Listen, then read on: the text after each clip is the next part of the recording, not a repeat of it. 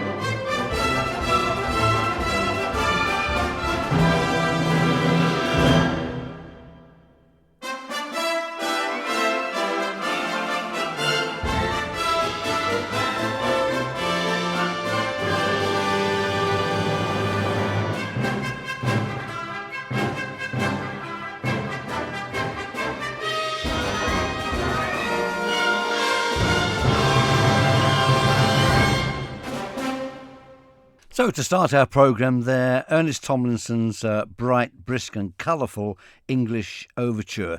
He originally wrote that piece for brass band, and it has 11 folk songs, some of which I'm sure you'll recognise. Old King Cole was one, Come Lasses and Lads, Lincolnshire Poacher. It's really a kind of a medley, really, of English folk songs, but very well written, with some very exciting orchestration. So a good start to our programme. Let's have something else by another English composer, in fact a member of one of the most prominent English families of musicians. This is Sir Eugene Goosens. His sister was a famous harpist and another brother was a famous oboist.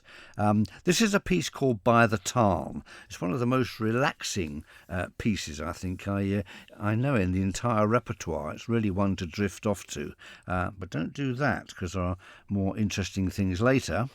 By the Tarn, it was the first of two sketches for music, musical sketches, I should say, written in 1916, originally for string quartet and then arranged for string orchestra. So, Sir Eugene Goosens, By the Tarn.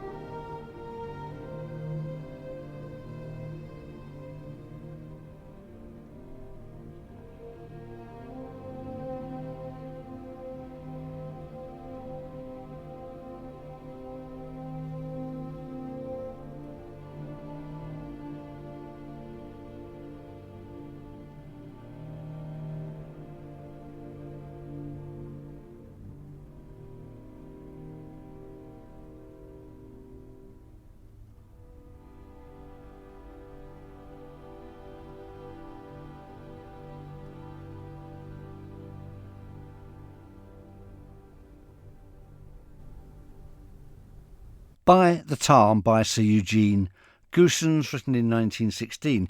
Goossens doesn't actually say what particular tarn he had in mind, but the tarns that I know best, because I lived near them for more than 20 years, are the Yorkshire tarns. So when I listen to that piece, I think of places like Malham Tarn, especially on a day like we've had today. So, moving on to the music of Robert Farnon, who appears quite regularly in these programmes, and not surprisingly, he is the sort of generation of light music composers after the Second World War, who included the composer of the first piece we heard, Ernest Tomlinson. Farnon was a Canadian. He came over with the Canadian Air Force Band and stayed on and became a real force in light music, partly because he was a brilliant orchestrator. His way of writing for stringed instruments was admired by all. Anyway, let's hear a piece of Farnon. This is A Star Is Born. Here we've got showbiz, romance and glamour all mixed up in this 1947 piece, which was taken up by the BBC for their In Town Tonight programme. Robert Farnon, A Star Is Born.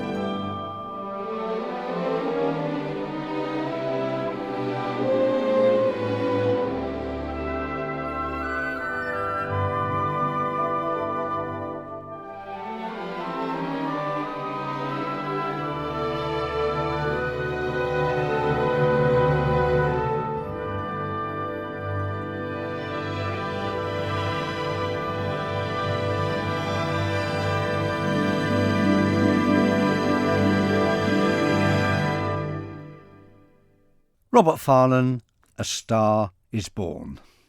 And now something a little different. I like to introduce music by forgotten composers now and again, as you know. And I don't think we've ever had a piece by this particular composer. This is the Swedish composer from the 19th century, Franz Berwald. He was not so popular in Sweden, perhaps, as he should have been. So his musical career, is centred in Berlin, partly in Vienna and Paris. In fact, his was a very much sort of on and off musical career, and at various times he dabbled in a brickworks, a glass manufactory, and even a sawmill. You could say that he was not recognised really for the most unusual and innovative composer that he was. He was quite original. He was a contemporary of Mendelssohn and Schumann, but his music doesn't sound remotely like theirs. Some people have heard sort of pre-echoes of Dvorak in this music, and some even Sibelius, which I wouldn't disagree with. He wrote 4 symphonies and masses of magnificent chamber music. So Berwald is a composer worth investigating if you like full-blooded 19th century romantic music. I'm going to play a movement from probably his best-known symphony. This is the Symphony Number 3 in G minor. And I'm going to play the slow movement, except of course that it breaks out into a scherzo. So it's kind of a mixture between slow movement and scherzo. So here's a taste then of the music of the Swedish composer from the 19th century, Franz Berwald.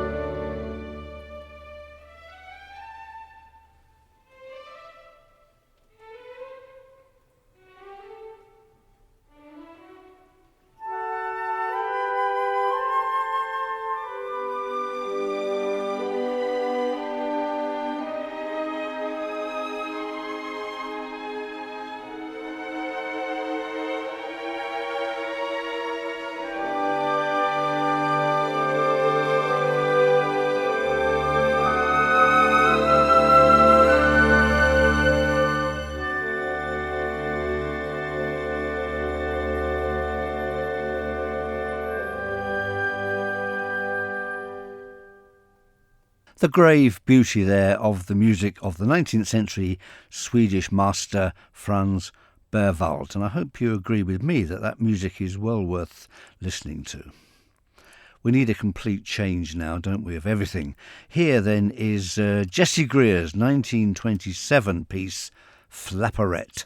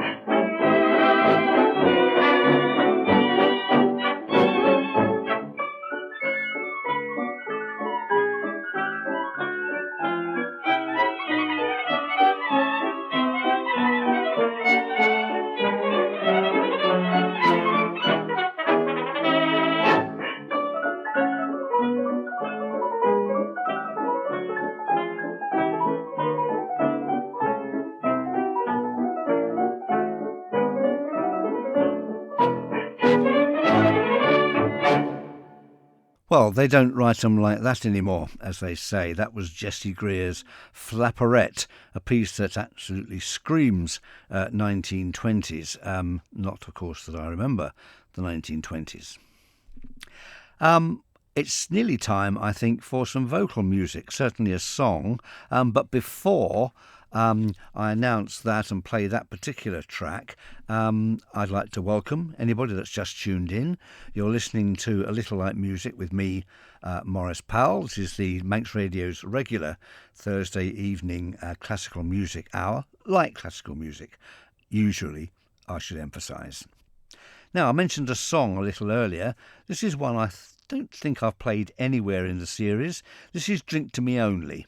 It's a traditional song which was first heard around the 1780s. The words were written sometime earlier by Ben Jonson, and this is an arrangement by the great songwriter, English songwriter Roger Quilter, and we'll be hearing a little bit more of his music later in the programme.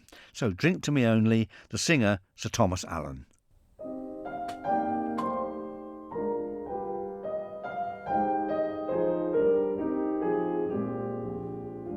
Drink to me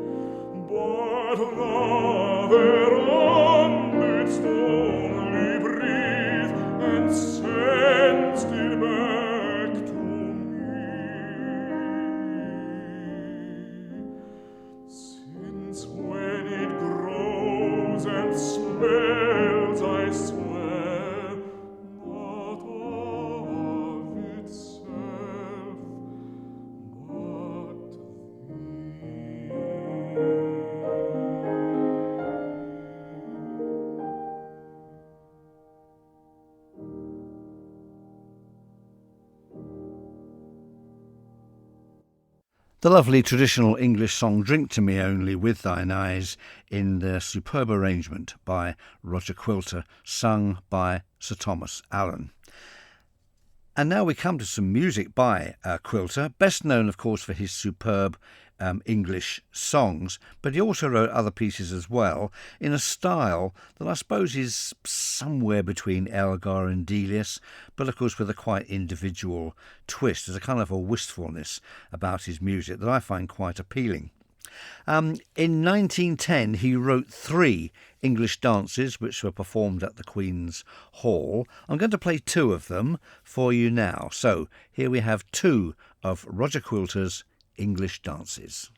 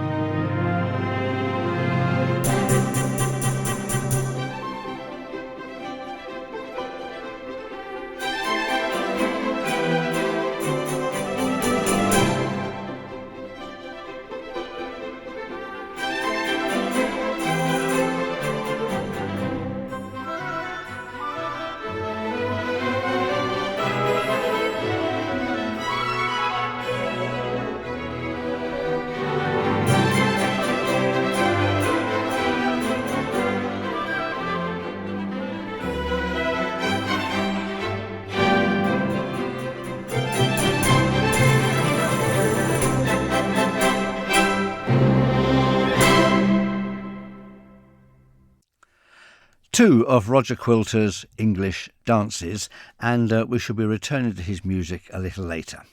Now something for choristers, choral singers amongst you. Here is the lovely traditional song Shenandoah, sung by the Mormon Tabernacle Choir. Oh, Shenandoah, I long to see you.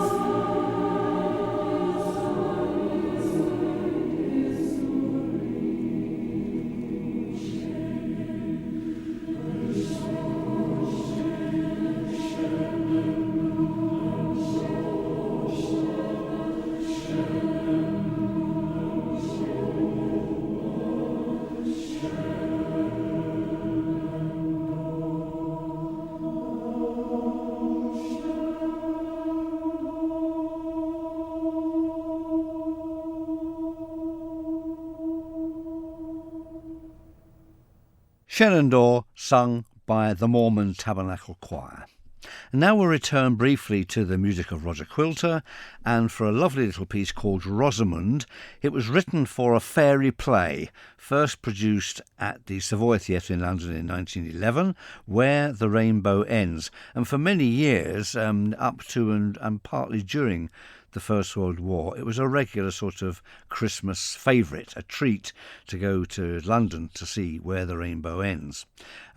It's a gorgeous little piece, absolutely wonderful. Roger Quilter's Rosamond.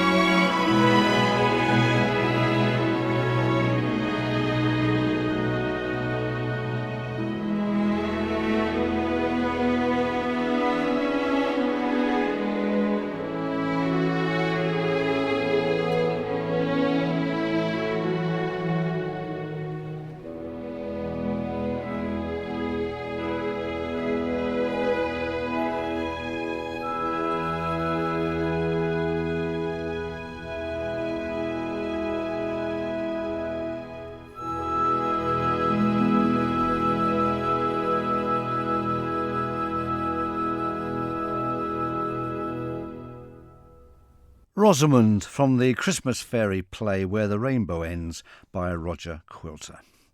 And now we've come to the end of the programme, except that I've got something quite jolly as our play out this evening. Now, I won't be with you next week. I will be back on the 30th. Next week, it's the general election results special. When I do return on the 30th, I'm going to devote some of the programme to the music of Percy Grainger, a wonderful composer, a very inventive, a real original, not to say eccentric, whose music has appeared in this series from time to time, but I've been delving into his vast amount of music to find, I think, some very interesting pieces. So that's in 2 weeks' time. In the meantime, of course, happy listening, stay well, enjoy this lovely autumn weather that we're having at the moment, and to play us out then, a medley of some of the best-known show tunes of Lionel Monckton. He was the composer of the Arcadians and the Quaker Girl before the First World War. So until Thursday week, the 30th, goodbye.